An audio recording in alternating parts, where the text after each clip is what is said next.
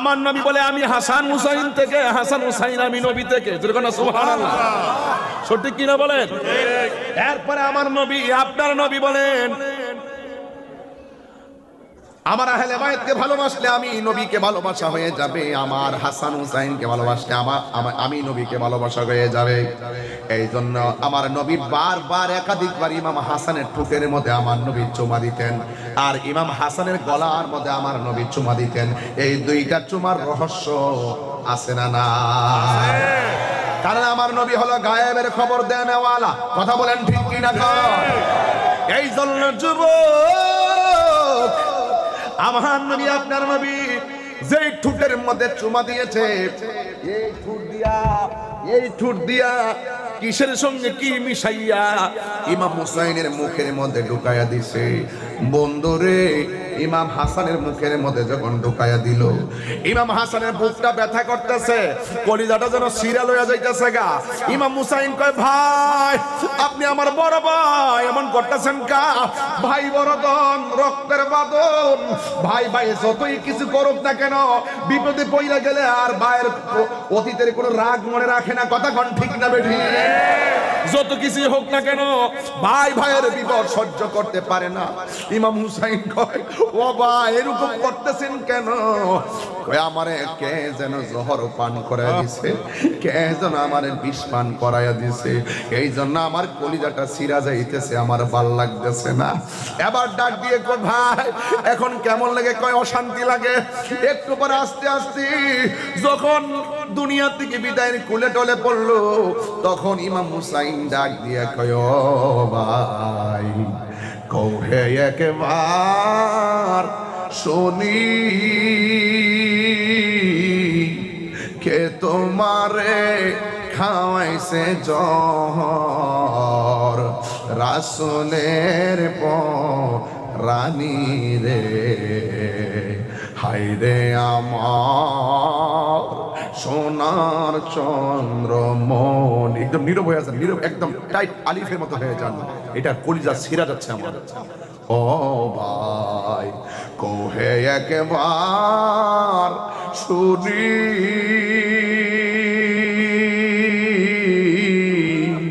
কে তোমারে খাওয়াইছে জহর, রাসূলের রানী রে, হায়রে আমার সোনার চন্দ্রমণি।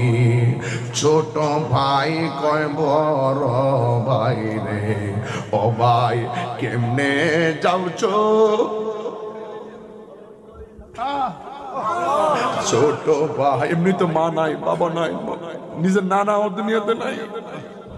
ছোট ভাই কয় বড় ভাই রে, ও ভাই কেমনে যাওছ লিয়া?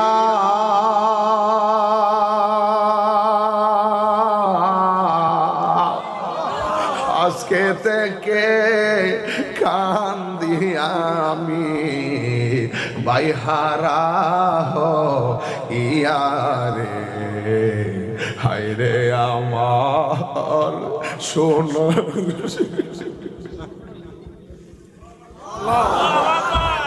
আল্লাহ বলে, ও জিবরাইল, ও জিবরাইল যাও না রে চলিয়া, 70,000 ফেরেশতা নামাও জানাজার লাগিয়া রে, হায়রে আমার সোনার চন্দ্রমণি। আকাশ কান্দে, বাতাসে কান্দে, কান্দে দরিয়ার পানি,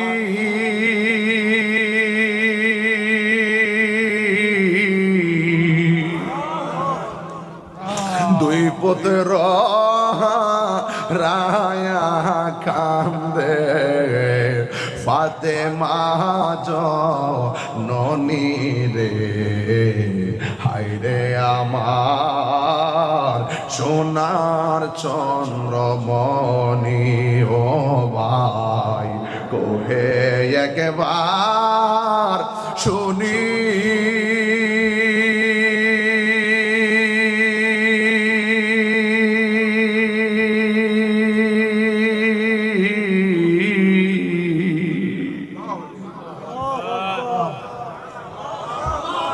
কে তোমারি খাওয়াইছে জহর রাসূলের রানী রে হায়রে আমার সোনার চন্দ্রমণি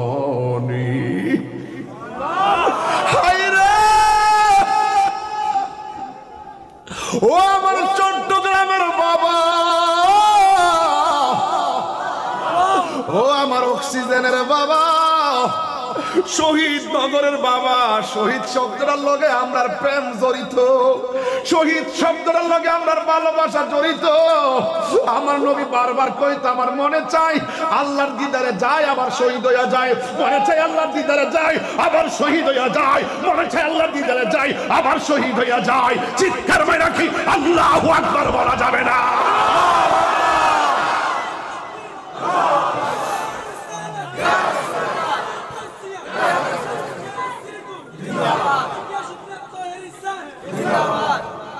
এই জন্য আমার যুবক ভাইয়েরা নাই নাই নবীর নাতি কলিজার টুকরা ইমাম হাসান নাই এই শুধুমাত্র তাই নয় এবার হুসাইনের পালারে বাবা ওরা 40,000 মতন চিঠি পাঠাইছে আপনি আসেন আপনি আসেন আপনি আসলে আমরা বায়াতে রাসূল গ্রহণ করব যদি আপনি না আসেন আমরা মুরিদ না হইয়া মারা যাই তাইলে আল্লাহর দরবারে আমরা আপনার বিরুদ্ধে নালিশ দিব কেন আপনি আসলেন না এমন ভাবে চিঠি পাঠায় চিঠির ভাষা বড় চমৎকার মুনাফিকদের মুখের ভাষা চমৎকারী হয়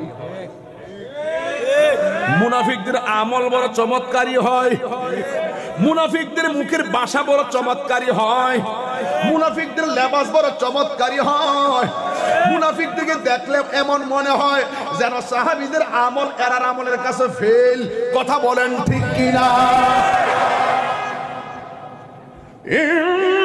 ইন্নাল মুনাফিকিনা ফি দারকিল আসফালি মিনান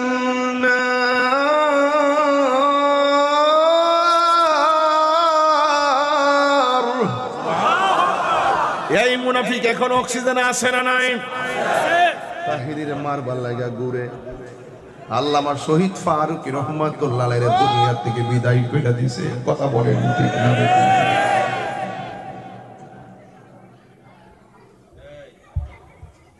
আমার যুবক ভাইরা ইমাম হুসাইন রাদিয়াল্লাহু তাআলা আনহু চিঠি পাইয়া মুরব্বিরা বলছে মুরব্বিরা কি করতাম মুরব্বির তো জ্ঞান আছে মুরব্বির মতো মুরব্বীরা বলছে আপনি যায়েন না এই কুফাবাসীদের ইতিহাস হলো এদের হাতের লেখা বড় সুন্দর তলোয়ারের ব্যবহার বেশি ভালো না এটার অর্থ এদের মুখের ভাষা অনেক সুন্দর অন্তর ভালো না যাদের মুখ আর অন্তর ঠিক নাই এদেরকে কি বলা হয় এই মুনাফিকের গোষ্ঠী ঠিকই আমার হুসাইন রাদিয়াল্লাহু তাআলা আনহু প্রতিনিধি পাঠালো এদেরকে মারলো কিন্তু ওই চিঠি পাইয়া ইমাম হুসাইন সংক্ষিপ্ত করে দিলাম বেশি লম্বা করব না তিনি রওনা হয়ে গেলেন ইমাম মুসলিম রহমাতুল্লাহ আলাইহি প্রতিনিধিকে তারা মেরে ফেললো ওনার দুইটা সন্তান মুহাম্মদ ইব্রাহিমকে মেরে ফেললো চিঠি পাইয়া ইমাম হুসাইন বল দেখতেছে অনেক ভালো মানুষ ইমাম মুসলিমের কাছে এত লোক মুরিদ হইয়া গেছে আমার কাছে তো তারা বেশি ওয়াদাবদ্ধ হবে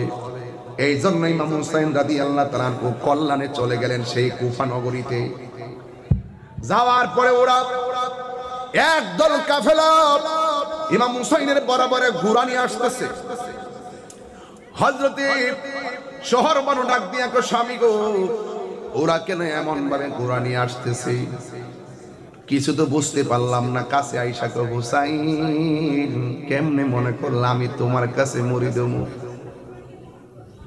এখনো সময় আছে আমার কাছে আত্মসমর্পণ করো ইমাম হুসাইনকে আমার সিনসনি আমি কেন তোরা কইছস আমার কাছে মুরিদ হইবি তোরা আমার প্রতিনিধির কাছে মুরিদ হইছিস আর তোরা বলছিস আমার কাছে মুরিদ হবি, আর আমার কাছে আমার নানার আদর্শ তোরা তোর নিজেকে উৎসর্গ করবি নবীর আদর্শের উপরে, আর তোরা নবীর আওলাদকে দাওয়াত করে আই না। আর এখানে আমার বিরুদ্ধে তোরা বলতেছিস আমি আত্মসমর্পণ করার জন্য। সাহস তো কম না। তোরা সিনুসনি আমি কেডা? আমি হলাম নবীর নাতি হযরতে ইমাম হুসাইন। জোরে কোন সুবহানাল্লাহ, আর বড় করে বলেন না সুবহানাল্লাহ। তোরা সিনুসনি আমি কেডা? আমি হইলাম হযরতে মৌলা আলীর সন্তান। জোরে বলেন না সুবহানাল্লাহ। তোরা সিনুসনি আমি কেডা? আমি হইলাম মা ফাতেমার বেটা। আমি জীবন দিব কিন্তু ঈমান দিব না। কথা বলেন ঠিক কি না?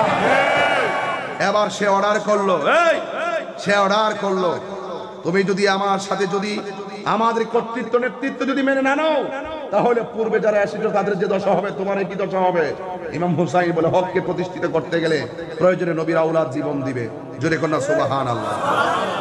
এরপরে ওরা কি করলো? ওরা ইমাম আলী মুকামের চতুর্দিক দিয়ে তারা পানিকে বন্ধ করে দিল। কি বন্ধ করে দিল? পানি বন্ধ করে দিল। আপনারা বলেন তো, নবী যদি সৃষ্টি না হইতো পানি কি হইতো? আর পানি কি হইতো? এরপরে দেখেন কত বড় তারা একের পর এক পানি বন্ধ করলো। ওই যে একটা অবতারণা আমি করেছিলাম আপনাদের সকলের খেদমতে বহুদিন আগে, কিছুদিন পূর্বে আমি একটা অবতারণা করেছিলাম এভাবে, মুঝে কো ফাওয়ালো মুসাফির না সমঝো, মুঝে কো ফাওয়ালো মুসাফির না সমঝো, मैं आया नहीं जे कौसर का पीना, मैं प्यासा नहीं हो पिलाया गया हो, मुझे को फवालो मुसाफिर न समझो, मुझे को मुसाफिर न समझो, मैं आया नहीं हूँ बुलाया गया हो। সবাই জলক লাগায় পড়েন না, मुझे को मुसाफिर न समझो, मैं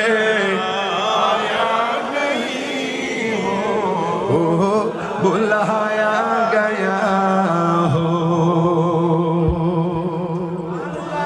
আল্লাহু আকবার বলবেন না? নবীর আওলাদের জন্য ওরা পানি বন্ধ করে দিয়েছে। সাহসটা করে দেখছেন? যারা নবীর আওলাদের জন্য, আমি চ্যালেঞ্জ করে বলতে পারি, যারা নবীর আওলাদের জন্য কুফার পান করে পানি বন্ধ করেছে, খোদা কি কসম তারা হাউজে কাউসারের পানির সন্ধান পাবে না।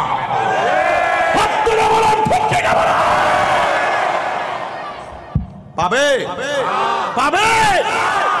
এমনকি শুধু পানি না, আতার্য তোমরা কেমন করে আশা করো যে নবীজি ইমাম হুসাইনের দাদা আর ইমাম হুসাইনের নানা তোমাদের জন্য সুপারিশ করবে?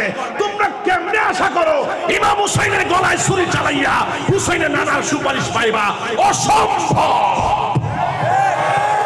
দুই হাত তুলে বলো ঠিক কি না? পরিষ্কার কথা, আমরা আমার হুসাইনকে জান দিয়ে ভালোবাসি, আমরা হুসাইনকে জান দিয়ে ভালোবাসি।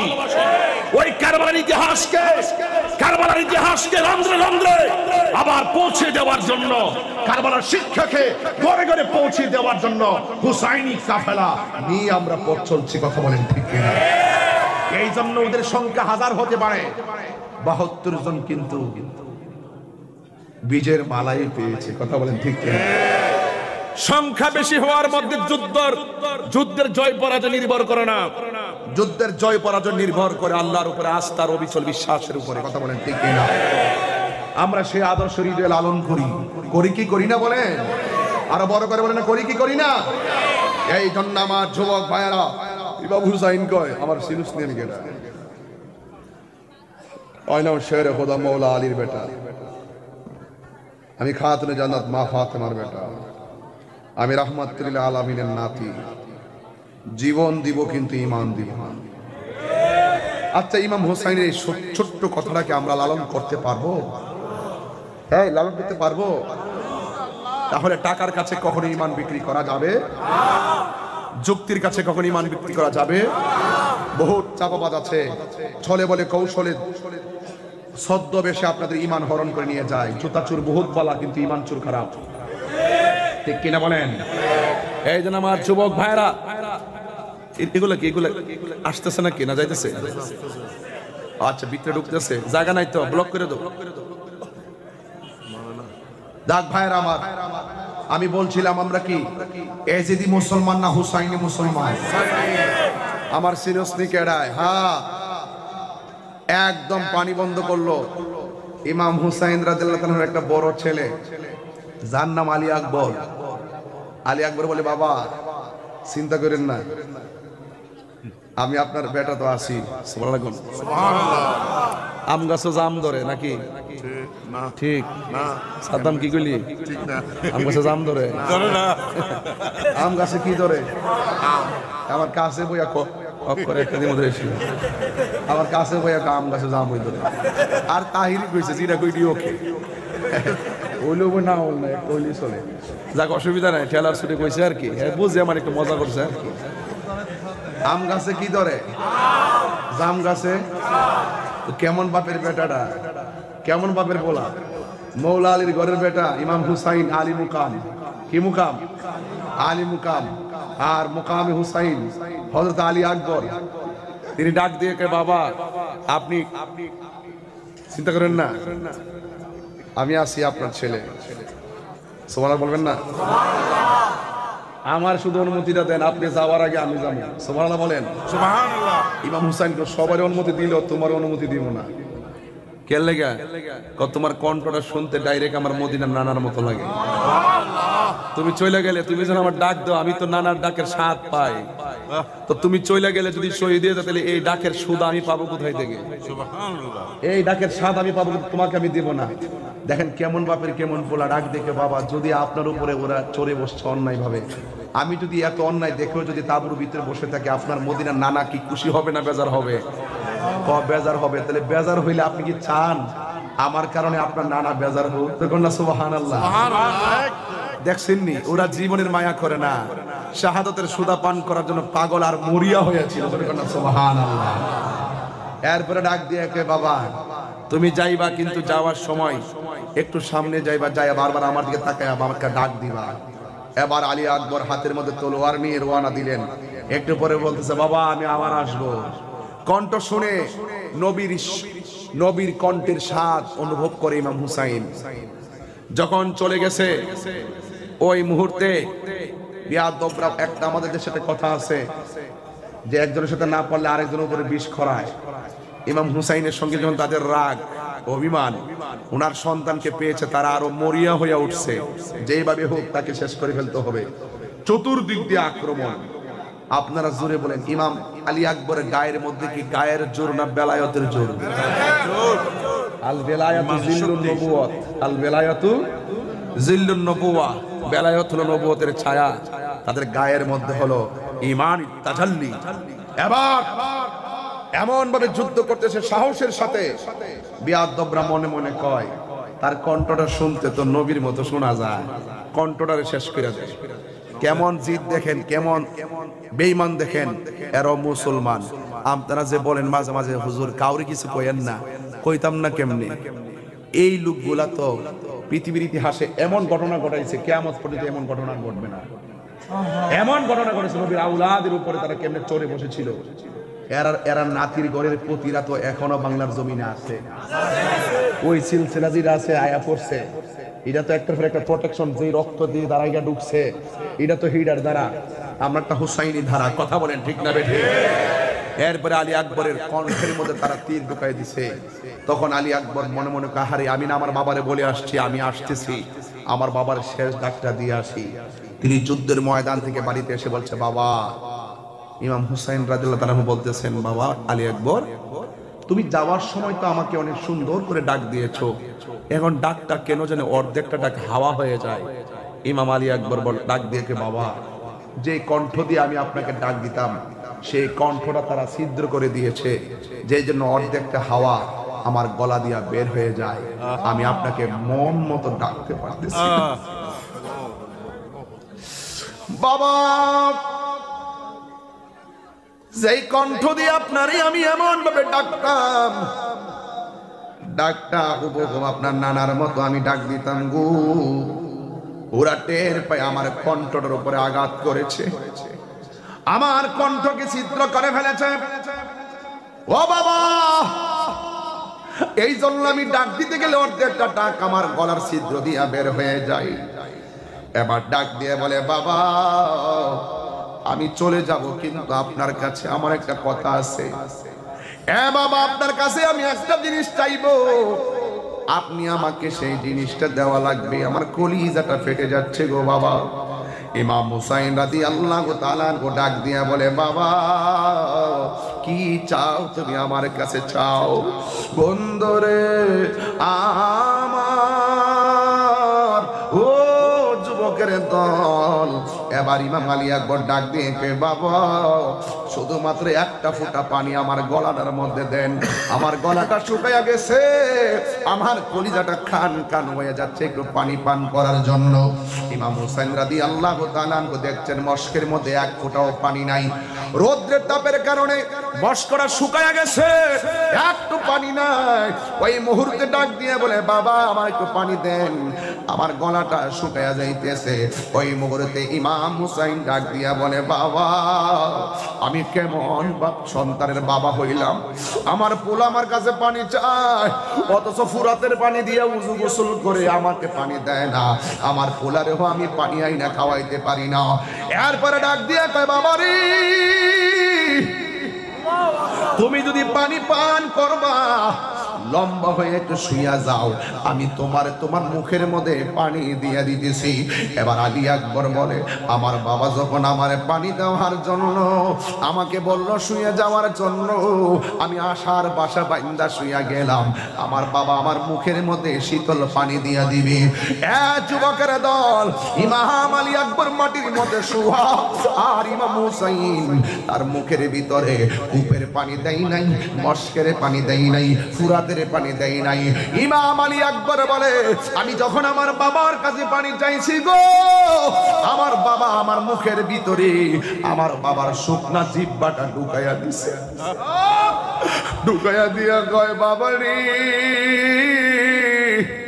নে আমার জিহ্বা দিকে তুই পানি পান কইরালো, আমি কেমনে মানতাম, আমি কেমনে সহ্য করতাম, বুকটা ফাইটা যায়।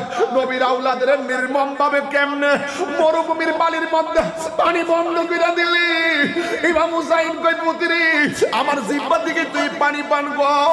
এবার আলী আকবর কই, আব্বা, ও বাবা, আপনার কাছে পানি চাইছি, আপনি আমার বাবা দুনিয়াতে আসেন দেখা আপনার কাছে আমি পানি চাইছি, আমি দেখতেছি আপনার জিহ্বাটা আমার জিহ্বার চাইতে আরো বেশি শুকায় রয়েছে। আপনার আব্বা নাই দেখা আপনি বুঝি কারো কাছে পানি চাইতে পারতেছেন না, আমার জন্য আর পানি লাগবে না বাবা, আমার জন্য আল্লাহর শাহাদাতের নজরানা অপেক্ষা করতেছে। বন্ধুরে আমার, ও যুবকের দোল, নাই নাই আলী আকবর নাই, নাই নাই কাসেম নাই, নাই নাই আলী আসগর নাই, একের পর এক শহীদ হইয়া যায়। ইভিনিং টাইমে ইমাম হুসাইন রাদিয়াল্লাহু তাআলা আনহু ওই ময়দানের মধ্যে একা একা চোখটা লেগে গেছে। হঠাৎ করে স্বপ্নে দেখে আমার রাহমাতুল লিল আলামিন একটা পেয়ালা লইয়া ইমাম হুসাইনের সামনে আইসা অপেক্ষা করতেছে। আর বুঝতে বাকি নাই আমার নবী হুসাইনের রক্ত নেওয়ার জন্য কারবালার জমিনে হাজির হয়ে গেছে। আর জোরে কোন আল্লাহু আকবার। এই আমার আশিকিন জাকিরিন মুহিবিন বাবা হাজির আইরি।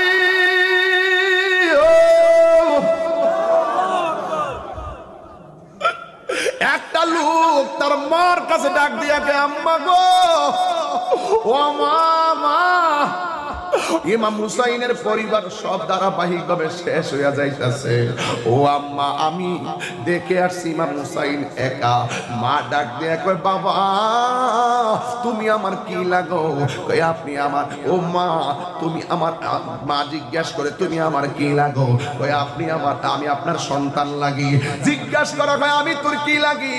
ও মা আপনি আমার মা লাগেন। মা ডাক দিয়ে কয় নবীর আওলাদ শেষ হইয়া যাইতেছে, আর মাত্র ইমাম হুসাইন যুদ্ধের ময়দানে যাওয়ার জন্য রেডি হইতেছে। আমি তো সব আলোচনা করতে পারবো না, এই ধরে মেন গাটগুলো আমি বইলা যাইতেছি। রে বাবা কষ্ট নিবেন না, একসাথে সব ওয়াজ করা সম্ভব না। ও যুবকের দল এবার ডাক দিয়া বলে ও হে বাবা আমি তোমার কি লাগি? কয় আপনি আমার মা লাগেন। ও বাবা ইমাম হুসাইন যুদ্ধের ময়দানে যাবে, কিন্তু তোমারে বলতেছি তোমার হাতের মধ্যে একটা তলোয়ার নাও। এবার হাতের মধ্যে একটা তলোয়ার নিল। মা ডাক দিয়া কয় বাবা ও পুত্রে আমি তোর মা বলতেছি হুসাইনের যুদ্ধের ময়দানে যাওয়ার আগে তুই যুদ্ধের ময়দানে হুসাইনের পক্ষে জিহাদ করতে যাবি কারবালার জমিনে। ডাক দিয়া বলে বাবা আমি তোর মা বলতেছি তুই হুসাইনের পক্ষে যুদ্ধের ময়দানে যাবি, কিন্তু যুদ্ধের ময়দানে যাইয়া কিন্তু খবরদার ইমাম হুসাইনের সামনে যাইয়া যুদ্ধ করবি। যুদ্ধের ময়দানে কাফেররা যদি তোরে ধাও মারে একটা কদম তুই পিছনে দিবি না, কারণ তুই যদি একটা কদম পিছনে দেস তাইলে আমি মায়ের দুধের দাবি ছাড়ব না। জোরে জোরে কি আল্লাহু আকবার বলা যাবে না? কসমটা কি সাত? কসমটা কি ছোট না অনেক বড়? কথা কন না। এবার হাতের মধ্যে তলোয়ার নিল। হাতের মধ্যে তলোয়ার নিয়ে ইমাম হুসাইনের আগেই যুদ্ধের মাঠে চলে গেছে। ওই মুহূর্তে ইমাম হযরতে ওয়াহাব, তার নাম ওয়াহাব কালবি চলে গেল, যুদ্ধের ময়দানে চলে গেল। কিন্তু দেখা গেল এমন ভাবে যুদ্ধ শুরু করলেন, কিন্তু অনেকগুলা কাফের অনেকগুলা বেঈমানের মোকাবেলা কেমনে একা সম্ভব? এরপরে চতুর্দিক দিয়ে তাকে গ্রাও করে বলাইছে। এই ওয়াহাব কালবি হাতের মধ্যে তলোয়ারটা লইয়া এমন ভাবে দাঁড়াইয়া গেছে, দাঁড়াইয়া যুদ্ধ করতেছে, এমন ভাবে শক্তি দেখাইতেছে কেউ তার সঙ্গে পারে না। ওই মুহূর্তে ওয়াহাব কালবির পিছন দিক দিয়া একটা বিয়াদব দাও মারছে, এবার পিছনে তাকাইছে, সামনে আরেকটা দাও মারছে, সামনে তাকাইছে, অনেকগুলা মানুষ এমন ভাবে একসঙ্গে দাও মারছে। ওয়াহাব কালবি ওই ময়দানে একটা কদম পিছনে দিতে যাইয়া মা যে কসম দিছে, মায়ের কসমের কথা মনে হইয়া গেছে, তুই কিন্তু সামনে যাবি, এক কদম পিছনে দিবি না। একটা কদম যদি তুই পিছনে দিবি আমি মা তোর দুধের দাবি ছাড়ব না। মায়ের একটা দুধের দাম কাটিয়া গায়ের চাম, একটা দুধের দাম, একটা দুধের দাম কাটিয়া গায়ের চাম, পাপস বানাইল ঋণ শুধু হবে না, এমন দরদি হবে আর হবে না আমার মা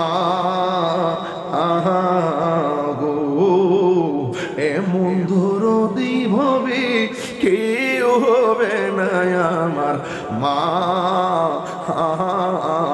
গো।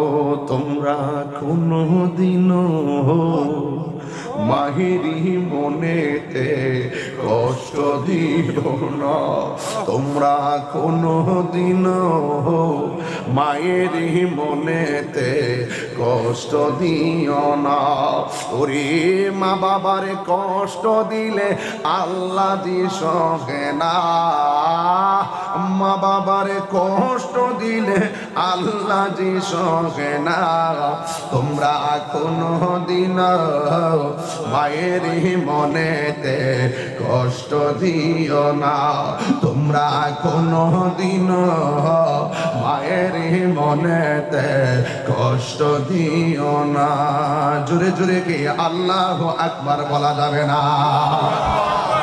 এইভাবে তলোয়ারটা লইয়া আল্লাহু আকবার জোরে কর। হাতের মধ্যে তলোয়ারটা লইয়া সামনে বাড়ছে, আর সামনে দিক দিয়ে হাজার হাজার ঢাউ মারছে। একটা কদম পিছনে যাইয়া আমার আম্মা না কইছে হুসাইনের প্রেমে সামনে যাইতে হবে, পিছনে গেলে মার দুধের দাবি ছাড়বে না। পিছন দিক দিয়ে একটা বিয়াদব আইসা ওহাব কালবির গলার মধ্যে এমন একটা কূপ মারছে, দেহ থেকে কল্লাটারে আলাদা কইরা পালাইয়া এমন ভাবে মাথার চুলের মধ্যে দইরা ওই ওহাব কালবির মায়ের কাছে নিয়া গেছে।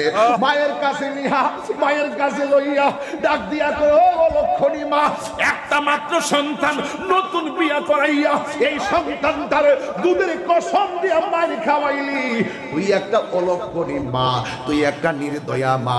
ওহাব কালবির মা ওই সন্তানের কাটা কল্লা দেইখা মুস্কি মুস্কি হাসতেছে। জোরে জোরে কি আল্লাহু আকবার বলা যাবে না? এই আওয়াজে মানি না, তিনবার বলেন আল্লাহ।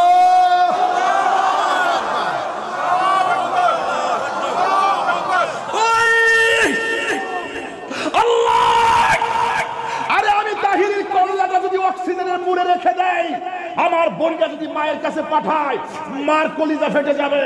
আমার দেহ যদি রেখে দেই, কল্লাটা যদি মায়ের কাছে পাঠায়, মা দেখে কলিজা ভাগ ভাগ হয়ে যাবে। ওহাব কালবির মা ওহাব কালবির কাটা কল্লা দেইখা আসতেছে।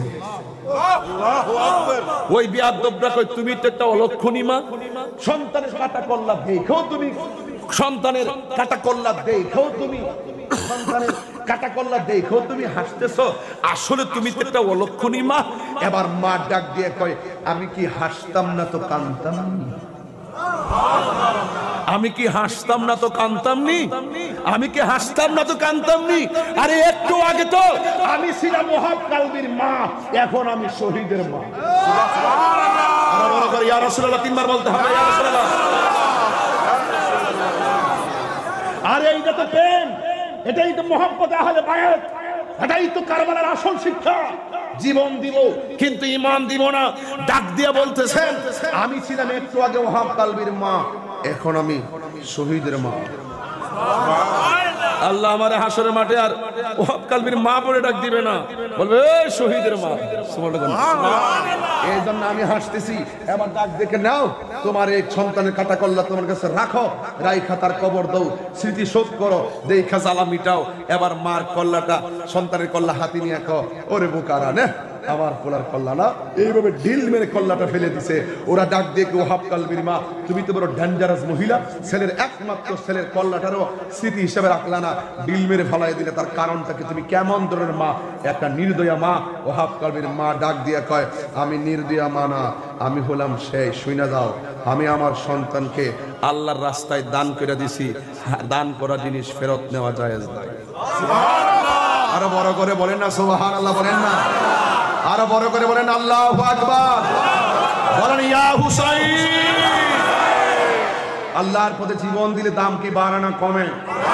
আর যদি বাড়ে না কমে, ওহাব কালবির মা বলে, আমি দেখি আমার ছেলের ঠুট লড়ে, আমার ছেলের ঠুট লড়ে।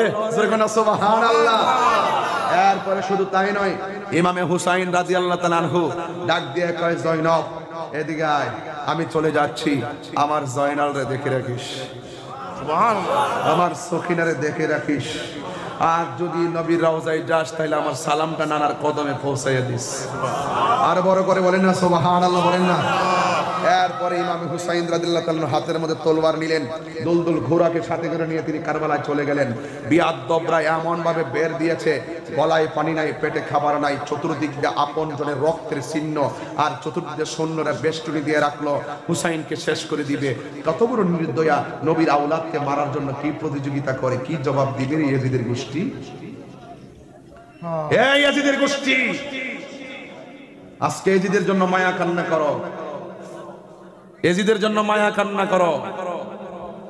ইমাম হুসাইন তোমরা ছাড়বে না, মনে রাখো। ইমাম হুসাইন রাদিয়াল্লাহু তাআলা আনহুকে ঘোড়া থেকে মাটিতে ফেলে দিলেন। ঘোড়ার পায়ের মধ্যে তীরের আঘাতে চিহ্ন ভিন্ন হয়ে গেছে। ঘোড়াটা ল্যাংড়াইতে ল্যাংড়াইতে বাড়িতে গেছে। সখিনা ডাক দিয়ে কই, ফুফু আম্মা, আব্বার ঘোড়া তো কোনোদিন আব্বাকে ছাড়া আসে নাই, আজকে আব্বার ঘোড়া আসলো, আব্বা কই? দেখবেন ভাইটার যদি কোনো বিপদ হয়, বোনটা পাগলের মতো হয়ে যায়। ভাইটা যদি বোন জামের বাড়ির যা, বোনের কিছু খরচের টাকা থাকলেও বাইরের হাতে তুইলা দেয়। এই বোনের খবর কিন্তু ছেলে যখন, ভাই যখন প্রতিষ্ঠিত হয়ে যায়, তখন বোনের খবর নেয় না। ঠিকই বোনটা কিন্তু প্রতিষ্ঠিত হওয়ার আগে বোনের কাছে টাকা থাকলে জমানো টাকাগুলো ভাইয়ের দিয়া দেনে, এইটা দে, এইটা করিস, সেটা দাও, এইটা করিস। কিন্তু ভাই যখন প্রতিষ্ঠিত হয়, তখন বোনের খবর আর নেয় না। সাবধান সাবধান। জৈনব একটা দৌড় মারছে কারবালায়, আর ওই দিক দিয়ে ইমাম হুসাইনের বুকের মধ্যে এক বিয়াদব চাপ মেরে বসছে। ইমাম হুসাইন রাদিয়াল্লাহু তাআলা বলেন, তোরা আমার বুকের মধ্যে এইভাবে বস না, এই বুকটা 1000 বার আমার নানার সিনা মুবারকের সঙ্গে লাগছে। এবার ওরা কয়, পানি খাইবা? পানি কয় না, পানি খাবো না, আমাকে একটু সময় দাও, আমি 2 রাকাত নামাজ পড়ব। কয় রাকাত? 2 রাকাত আমি নামাজ পড়ব। গায়ের মধ্যে অসংখ্য তীরের আঘাত, বল্লমের আঘাত নিয়ে ইমাম হুসাইন তিনি নামাজ পড়েছেন, তিনি নামাজ পড়েছেন। কিন্তু খবরদার যুবক ভাইয়ের আমার, নামাজ পড়েছেন, কিন্তু দেখেন তীরের আঘাত নিয়ে নামাজ পড়েছেন। কেন নামাজ পড়ছেন তার কারণ আছে। ইমাম হুসাইন রাদিয়াল্লাহু তাআলা যতক্ষণ পর্যন্ত কারবালার জমিনে ছিল, তিনি তাদের সঙ্গে জামাতে নামাজ পড়ে নাই, তিনি আলাদা জামাত পড়ছে। ইন্তিকালের পূর্ব তিনি 2 রাকাত নামাজ পড়ে বুঝাই গেছে, এদের নামাজ আর আমার নামাজ এক নামাজ না। জোরে কোন সুবহানাল্লাহ। এদের নাম আমরা তো সবার পিছে একতাদা করি না, কর্তৃক আইছে, এটা হিয়ান থেকে আইছে। এই যত পিছনে আমরা একতাদা করি না, এদের পিছে নামাজ পড়লে হবে না। কথা বলেন ঠিক না? ঠিক। তারা দুশমনী রাসূল, তাদের পিছনে নামাজ পড়লে হয় না। ইমাম হুসাইনের দুশমনী মানি হলো নবীর দুশমনী, নবীর দুশমনী মানি হলো আল্লাহর দুশমনী। কথা বলেন ঠিক কি না? বলেন। এরা বুঝতে চেষ্টা করে না, এরা বুঝতে চেষ্টা করে না। ইমাম হুসাইন রাদিয়াল্লাহু তাআলা আনহুকে মাটির মধ্যে ফেলে দিয়ে জিজ্ঞেস করা হচ্ছে, হুসাইন তুমি এতদিন নামাজ পড়তা, খুব দেরি করে নামাজ পড়তা, আজকের নামাজটা এত তাড়াতাড়ি পড়তেছো, কারণটা কি? ইমাম হুসাইন বলে, আজকের নামাজ যদি আমি দেরি করে পড়ি, তাহলে তোরা বলবি নবীর নাতি ইমাম হুসাইন মরণের ভয়ে নামাজটা লম্বা করছে। ইমাম হুসাইন কি মরণের ভয় পায়? এবার গলার মধ্যে ছুরি চালাইছে, মাথাটারে বালুর নিচে নিয়ে ঢুকাই দিছে। ঢুকাই দেওয়ার পরে ইমাম হুসাইন রাদিয়াল্লাহু তাআলা বলেন, আমার চেহারাটারে বালুর নিচে ঢুকাই রাখো না, আমার চেহারাটাকে আমার নানার রওজার দিকে ফিরিয়ে দাও। সুবহানাল্লাহ। এই নানা জানে রওজা মুবারক দিকে ফিরাইয়া গলার মধ্যে ছুরি চালায়। আহা, ওই মুহূর্তে ইমাম হুসাইন রাদিয়াল্লাহু তাআলা আনহু, আহা, কান্দে জৈনব, কান্দে কুলসুম, কান্দে রে সখিনা, কান্দে জৈনব, কান্দে কুলসুম, কান্দে রে সখিনা। কেমন করে চালাইলি ছুরি, কেমন করে চালাইলি ছুরি রে সীমা, বুকুটা কি কাঁপলো না? কান্দে জৈনব, কান্দে কুলসুম, কান্দে রে সখিনা, কান্দে জৈনব, কান্দে কুলসুম, কান্দে রে সখিনা। কেমন করে পানি বন্ধ করলি, কেমন করে পানি বন্ধ করলি বিবেক কি ভাদল না, কান্দে জৈনব কান্দে কুসুম কান্দে রে সখিনা, কান্দে জৈনব কান্দে কুসুম কান্দে রে সখিনা। একটা জবান বন্ধ রাখবেন না, মোহাম্মদে আওয়াজ করে বলেন ইয়া হুসাইন। গলার মধ্যে ছুরি চালাইব, ওই মুহূর্তে ইমাম হুসাইনের চোখের মধ্যে একটা চেহারা ভেসে উঠেছে, ময়ূরনাময় রোনারে জয়নাল, তুমি জয়নাল ময়ূরনাই রে, তুমি জয়নাল ময়ূরনাল, তুমি জয়নাল মারার গেলে নবীর বংশ থাকবে না। হাসান শহীদ জহরেতে, হোসেন শহীদ কারবালা, হায়রে হোসেন শহীদ কারবালা, জয়নাল আবেদিন বন্দির হইল এজিদের জেলখানা। আল্লাহু আকবার বলবেন না। আরে যাও রে দুলদুল কোয়রে হো, যাও রে দুলদুল কোয়রে খোর, আমার মাইজে নেমন কান্দে না, হায়রে মাইজে নেমন কান্দে না, তোমার হুসিন যাই গরুলে কারবালাতে পানি নাই। জোরে জোরে কে আল্লাহু আকবার বলা যাবে না? উম্মে সালমা বলেন, আমি স্বপ্নে দেখলাম রাসূল আমার ঘরের মধ্যে আসছে, আসার পরে আমাকে বলছে, হে উম্মে সালমা তুমি দেখো তো বোতলের মধ্যে যে মাটি দিয়ে গেছিলাম মাটির অবস্থা কি। উম্মে সালমা বলেন, ইয়া রাসূলুল্লাহ আমি মাটির খবর একটু পরে নিচ্ছি, আপনার দাড়ি মুবারকে কেন বালু দেখা যায়, আপনার মাথার চুল মুবারকে কেন ভালো দেখা যায়, আপনার বডি মুবারকে কেন ভালো দেখা যায়, আগে সেই কথা বলেন। আমার নবী বলেন, উম্মে সালমা দেখো আগে মাটির কি অবস্থা। ইয়া রাসূলুল্লাহ আপনার বডি মুবারকে কেন বালি দেখা যায়। আমার রাসূল ডাক দিয়া কয়, এই উম্মে সালমা আমার দাড়ি মুবারকে কেন ভালো দেখা যায় শুনে যাও। আমার নাতি ইমাম হুসাইনকে যখন কারবালার ময়দানে বালুর মধ্যে ফেলে দিয়ে গলার মধ্যে ছুরি চালিয়ে দিয়েছিল, তখন আমার নাতি ওই ছুরির নিচে পড়ে যখন নানা গো করে ডাকতে পেরেছে, আমি আর মদিনায় থাকতে পারি নাই। আমার নাতিকে আমি যে বুকে জড়াইয়া কারবালায় গড়াগড়ি খাইছি, আমার শরীরে কারবালার গোলাবাড়ি লেগে রয়েছে। আল্লাহু আকবার, আল্লাহু আকবার।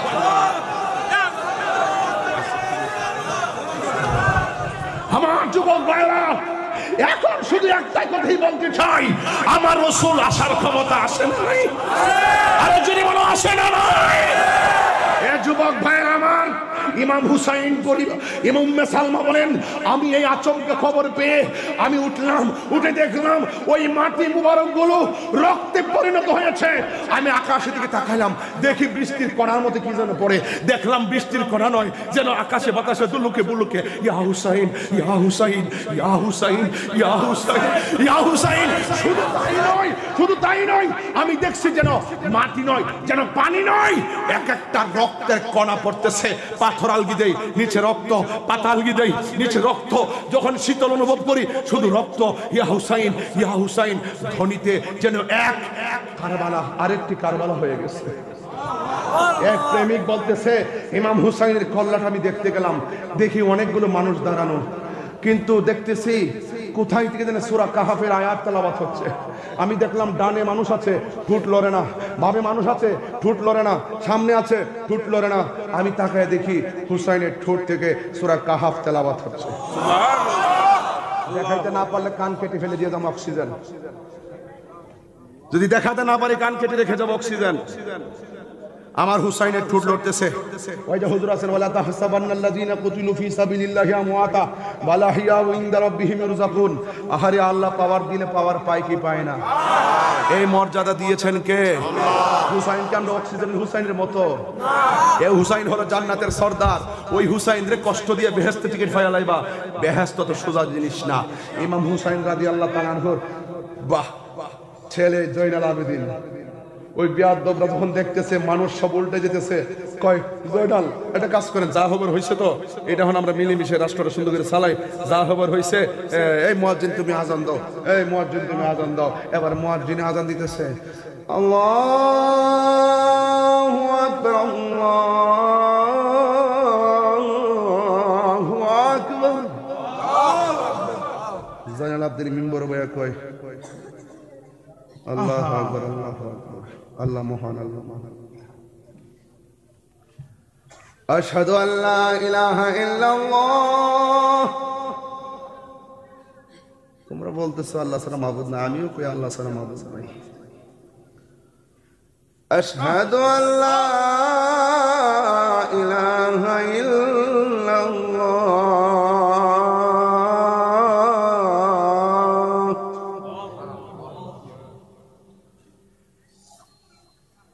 আমিও সাক্ষ্য দিচ্ছি আল্লাহ ছাড়া মাবুদ নাই, হেরাও আল্লাহ ছাড়া মাবুদ। এরপরে মুয়াজ্জিন, আশহাদু আন্না মুহাম্মাদুর রাসূলুল্লাহ। চুপ, বন্ধ কর। জয়নাল আবেদিন কেমন বাপের পোলা, মুয়াজ্জিনকে বন্ধ কর। আল্লাহু আকবার আল্লাহু আকবার, আমিও মানি আল্লাহ ছাড়া মাবুদ নাই, সেটাও আমি মানি। নবী যদি আল্লাহর দুস্ত হয়ে থাকে, নবী যদি তোমরা সাক্ষ্য দিচ্ছ আমার নবী হলো আল্লাহ রাসূল, নবী যদি আল্লাহ রাসূল হয়ে থাকে, ওই রাসূলের নাতি ইমাম হুসাইনের গলায় কেন ছুরি চালাইছ? আগে জবাব দে, তারপরে আযান দিবি, নামাজ পড়াবি। হাত তুলে বলুন ঠিক কিনা? জবাব দে, জবাব দে। মুখে বলবি নবীর নাম, আর নবীর আওলাদের গলায় ছুরি চালাবি, তোদের নামাজ পড়ার অধিকার নাই। এই আওয়াজে আমি সন্তুষ্ট না। নবীর আওলাদের বিরুদ্ধে কথা বলবি, ইকামত দেওয়ার অধিকার নাই। নবীর আওলাদের গলায় ছুরি চালাবি, নামাজ পড়ার অধিকার নাই। নবীর আওলাদের বিরুদ্ধে লেখনী লেখায় লিখবি, তোদের আযান দেওয়ার অধিকার নাই।